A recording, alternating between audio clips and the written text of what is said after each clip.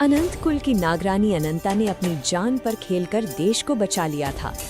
युद्ध के बाद जब वो नागलोक वापस लौटी, पूरा नागलोक उसकी विजय का साक्षी बना। अनंता ने दोबारा अपना सिंहासन संभाला, लेकिन उसके मन में एक कठोर निर्णय था। नागलोक तभी सुरक्षित रहेगा जब यहाँ कोई कपट, कोई विश्वासघात करने वाला ना रहे। आज से सारे बुरे और षड्यंत्रकारी नाग नागिन नागलोक से बेदखल किए जाएंगे। अनंता के इस फैसले से नागलोक शांत होने लगा, लेकिन बुराई पूरी तरह खत्म नहीं हुई थी। उन बेदखल नाग नागिनों की सरदार थी शलाका, एक लमाने की शातिर और घातक नागिन। अब वो अपने जैसे दुष्ट नाग नागिनों के साथ नागलोक से दूर एक सुनसान जगह पर रह रही थी। जैसे ही अनंता को शलाका के बारे में पता चला, उसने बिना देर किए शलाका को हमेशा के लिए नागलोक से निकाल दिया। अनंता, तूने मेरा अपमान किया है। इस अपमान का बदला मैं जरूर लूंगी। मैं तुझे खत्म कर दूंगी। शलाका जानती थी कि अनंता कोई साधारण नागरानी नहीं है। वो नागलोक की सबसे शक्तिशाली नागरानी थी, जिसे सीधी लड़ाई में हराना नामुमकिन था। अनंता को हराने के लिए मुझे ऐसी शक्ति चाहिए जो उससे भी ज्यादा भयानक हो। अपनी शक्ति बढ़ाने के लिए शलाका पहुंची एक पुरानी हवेली के शिव मंदिर में। मंदिर सालों से सुनसान था, हर तरफ खामोशी और राज थे। वहीं उसे मिली एक प्राचीन नाग पुस्तक।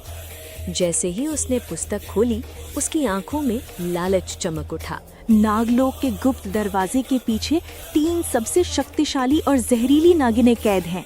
अगर कोई इच्छाधारी नागिन उस दरवाजे को खोले तो वो नागिनें मुक्त हो सकती हैं। पुस्तक में लिखे नाम खुद विनाश का संदेश थे। पहली, 150 साल पुरानी रानियों की रानी काली नागिन शेषा। दूसरी, विष से भी ज्यादा विषैली, सबसे जहरीली विशाखा। तीसरी, सबसे शक्तिशाली नागमणि की दुश्मन महक। ये वही नागिनें हैं जिन्होंने अपने समय में नागलोक की महानागिनों को धूल चटाई थी, जिनका सामना अकेले कोई कर नहीं सकता। ये तीनों खुद में ही इतनी शक्तिशाली हैं कि स्वयं शेष नाग को इन्हें कैद करना पड़ा था। इनकी मुक्ति खुद धरती और नागलोक पे संकट का संदेशा है। जिस दिन ये 3 मुक्त हुई, उस दिन अनंता का अंत शुरू हो जाएगा। अब नागलोक का भविष्य मेरे हाथों में होगा।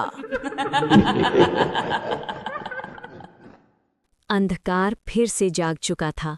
नागलोक पर एक नया संकट मंडरा रहा था।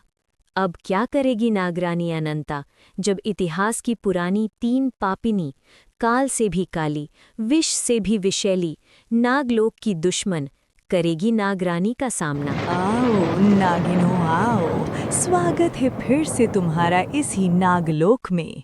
तुम्हें मुक्त करने का कारण तो तुम भी अच्छी तरह से जानती हो। अब होगा खेल बराबरी का।